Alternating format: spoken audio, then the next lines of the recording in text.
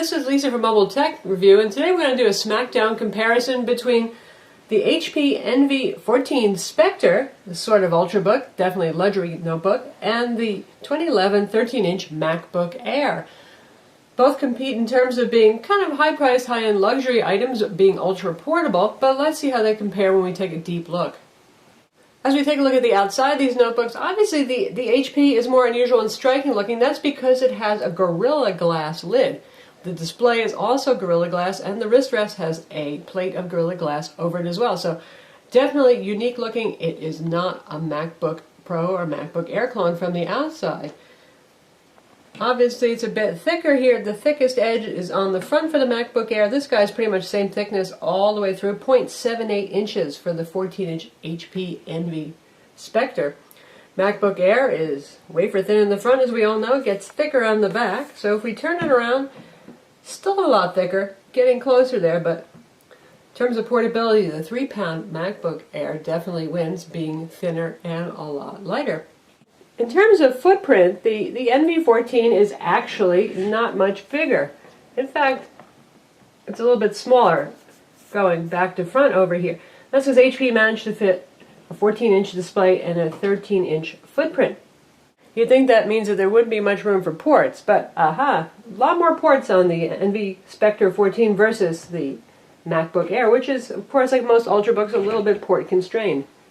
If we take a look at the side of the MacBook Air here, we have our combined Thunderbolt and mini display port, a USB 2.0 port, and an SD card slot. This side we have our combo mic headphone jack, another USB 2.0 port, and that's the power connector right there. Apple does not do USB 3.0 on the Airs for some reason. Goodness knows why not. Now we take a look at the Envy, and it's pretty much up there with a regular notebook in terms of the ports that it has. You got your combo mic headphone jack, and that's a Beats audio, by the way, output there. Again, SD card slot. You've got two USB ports. One of them is 3.0. You've got like Ethernet built in. Woohoo! And a full-size HDMI port and a mini display port. So while you're living large here in terms of ports. On this side, we got the Beats rotary controller, volume controls, and the power port, and that's it. So when it comes to ports and expandability, the Envy 14 Spectre is so far ahead.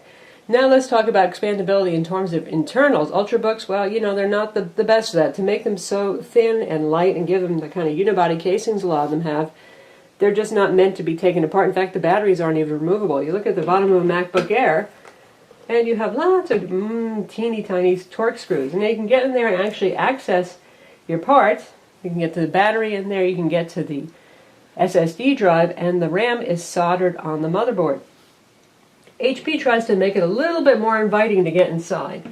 And they have this removable door here, and if you watch our full Envy 14 Spectre video review, you'll see us take this off. Take this off and you've got access to the battery. Now it's not a regular socketed battery, the kind you pop in and out like on removable notebook batteries, but a bunch of screws hold it, take those out, you've got the battery out. And right underneath the battery are two M-SATA SSD slots versus one on SSD port on the Mac. RAM is nominally upgradable on the Envy Spectre 14. Again, unusual for ultrabooks. It's usually soldered on the motherboard as it is with the MacBook Air, but in this case there actually is a regular standard notebook DIMM slot that comes with a 4 gig module. We don't know why HP isn't offering an 8 gig module yet, other than thing getting even more expensive if they did that. But the bad news is the motherboard's under here and you have to do a lot of disassembly to actually get to that DIMM port. Now we're going to open them up so you can look inside, and we're going to resume them they're both sleeping right now, so you can see resume times on each of them.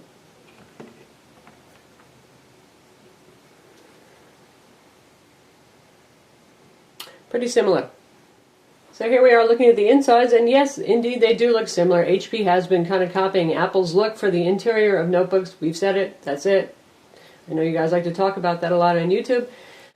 But once we get beyond that point, the Envy actually is a little bit different because it has this raised glass, Gorilla Glass wrist rest over here. Has the usual single buttonless trackpad about the same size. Now when you're running Mac OS, nothing beats the Mac OS software and drivers for the trackpad. It's just really wonderful. Nobody in the world of Windows has quite come close yet to that.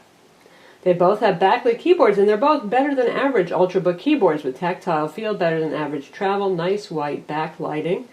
and both of them use the top row to control multimedia keys without having to hit the FN key by default. So pretty much on par there. When we look at the displays, the MacBook Air comes with a very nice display. This is the nicest non-IPS display I have ever seen actually on a notebook. It's better than most Ultrabooks on the market in terms of viewing angles. Colors are nice and they're very natural, and you don't have to do any of that shifting the screen back and forth a whole lot just to kind of get reasonable contrast on it.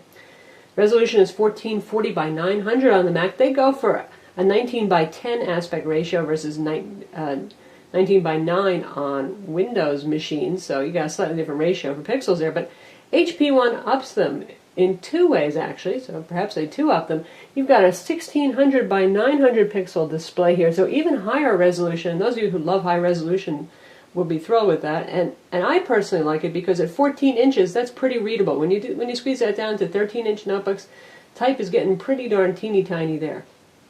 The other thing it has is an IPS display, or what HP calls their HP Radiance display. So, well, you know, IPS, you just can't beat the viewing angle. It's absolutely beautiful to look at. So, very nice job there. That's what you're getting for your extra $100. Speaking of price, base price of both of these guys is pretty darn high relative to most notebooks. MacBook Air is $12.99. This is the base configuration right here with the Core i5 1.7 GHz ULV CPU, 4 gigs of RAM, and 128 gig SSD drive. And this is the base Quick Ship Envy model for the NV14 Spectre that's going to be available in stores, or already is. And it too has a 128 gig SSD drive, 4 gigs of RAM, and a 1.6 gigahertz ULV Core i5. So 1.6 versus 1.7, not too much of a big deal. With Ultrabooks, we've seen either one coming in the base models. Occasionally you see a Core i3, not available with either of these. That's a good thing. You don't want the Core i3, it's a lot slower. The HP sells for $13.99, so you're paying $100 more. But as we're going to show you, surprisingly, you're actually getting some good stuff for your money. And this is my personal 2011 MacBook Air 13-inch here, so I'm pretty fond of it, obviously. This is my daily driver, and I was a little shocked to see that the Envy actually did offer some cool perks, like those ports, like it's a little bit easier to upgrade the internals, that kind of thing.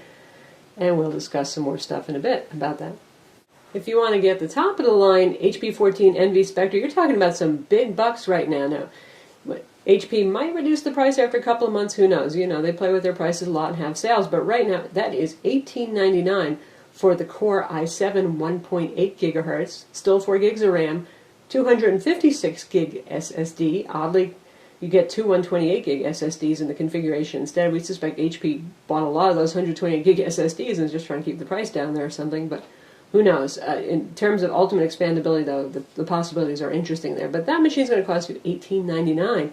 Whereas if you want the Core i7 1.8 gigahertz and a 256 gig SSD on the MacBook Air, it's only going to cost you $16.99.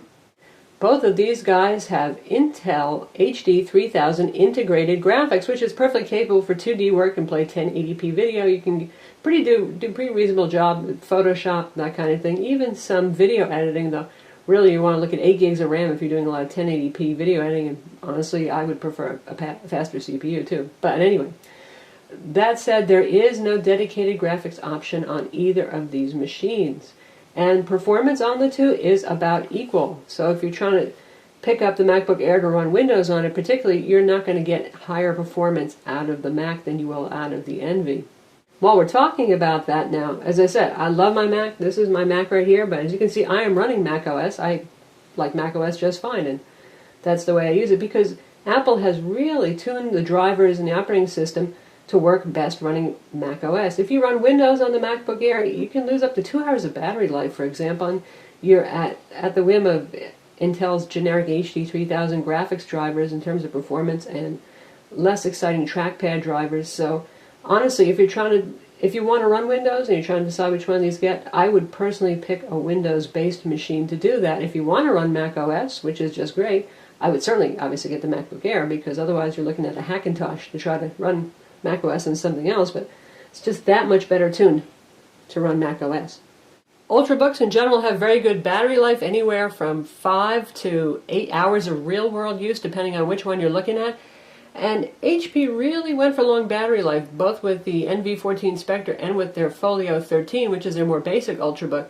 And they claim 9.5 hours, which would be certainly far ahead of everything else on the market right now.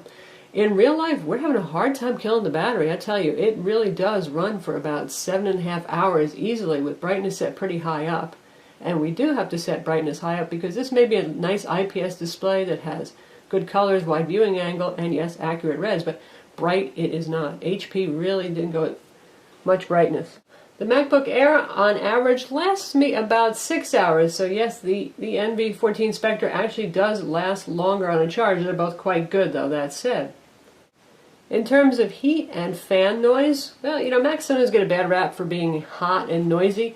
The MacBook Air, after a nice little firmware update or two and some OS tweaks on the Mac OS side, this guy actually now runs pretty cool and pretty quiet. I can touch the bottom without saying ouch. The fan doesn't come on much even when I have it hooked up to my giant 30-inch Apple Cinema display and play Adobe Flash. So both fairly cool and quiet machines. Both have webcams, both have integrated microphones, but HP has another little special something here. This guy comes with Beats audio, and you've got a rotary controller that we showed you in our full review of the NV Spectre 14.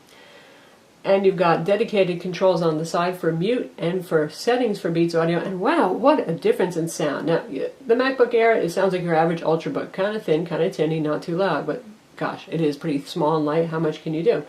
The stereo speakers that are on this NV Spectre, wow, they really put out a huge amount of volume. I mean, you can get really obnoxious with it.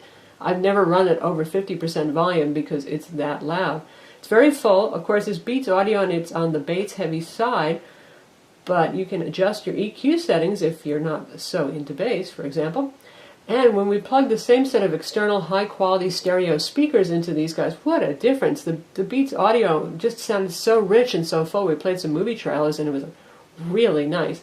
With the Mac, it's just, well, it's okay sound. Both of these guys can drive very large monitors. For example, my Apple 30-inch cinema display that I mentioned, or those giant Dell XPX displays that use not HDMI, because that doesn't go high enough in terms of resolution, but you can use DVI mini DisplayPort in this case for both of these guys, and they perform equally well doing that. I noticed that in general Windows actually drives displays with a little bit more brightness and contrast, which is interesting, but both up to that task. Of course, this also has HDMI, so you can just plug this easily into your TV if you want to, or your HDMI monitor if you don't have one of those big jumbo monitors. And it also has Intel WiDi wireless display. So if you've got the Netgear push to TV or something like that, you don't even have to hook up any cables to send this over to your TV. Pick up that $99 adapter, plug it into an HDMI port on your TV, and you can stream wirelessly or use extended desktop even. So you can have your main desktop here on the Envy and your second display be wirelessly your HD TV and just throw a movie over there. Pretty cool stuff. And it supports copy protection and all those other goodies, so yes, you can even play copy-protected media to your TV. So that's the HP NV14 Spectre versus the 13-inch MacBook Air. And we really have to give HP a couple of nods here. We're a little bit hard on them in our review of the product, but in terms of looking for something that's innovative and different, boy, they really have done it here. I mean, nothing else looks like this notebook, nothing else feels like this notebook, and it's really a gorgeous piece. Everybody's been chasing the MacBook Air design in Ultrabooks. We've seen that with the Asus ZenBook. It's very attractive. Even Dell XPS 13 is a good-looking feller. But, wow, instead of just kind of copying that kind of metal look, HP just did something really superb here, aesthetically speaking. And for those of you, looks count, that's something that's worth noting. But beyond that, they've actually given you something for your money. Again, at $100 more for the base price, to sum it up, you get more ports. You get better expandability. You get an IPS display that's even higher resolution and a little bit bigger while maintaining the same footprint. What do you lose, though? You gain a pound of weight. And for those of you who are looking for a really ultra-portable, that could be an issue. And it is also thicker. It may be thinner than most notebooks on the market, the Envy at 0.79 inches, but it's sure a lot thicker than the MacBook Air and some of the competing around $1,000-ish Ultrabooks, say the ZenBook, the XPS 13, the Toshiba Portage Z830. We'll be doing some more Smackdown, so stay tuned with some of the more, shall we say, normal, less designer 13-inch Ultrabooks on the market versus the MacBook Air and versus each other. Don't forget to watch our video reviews of these products, read our written reviews, and subscribe to our YouTube channel.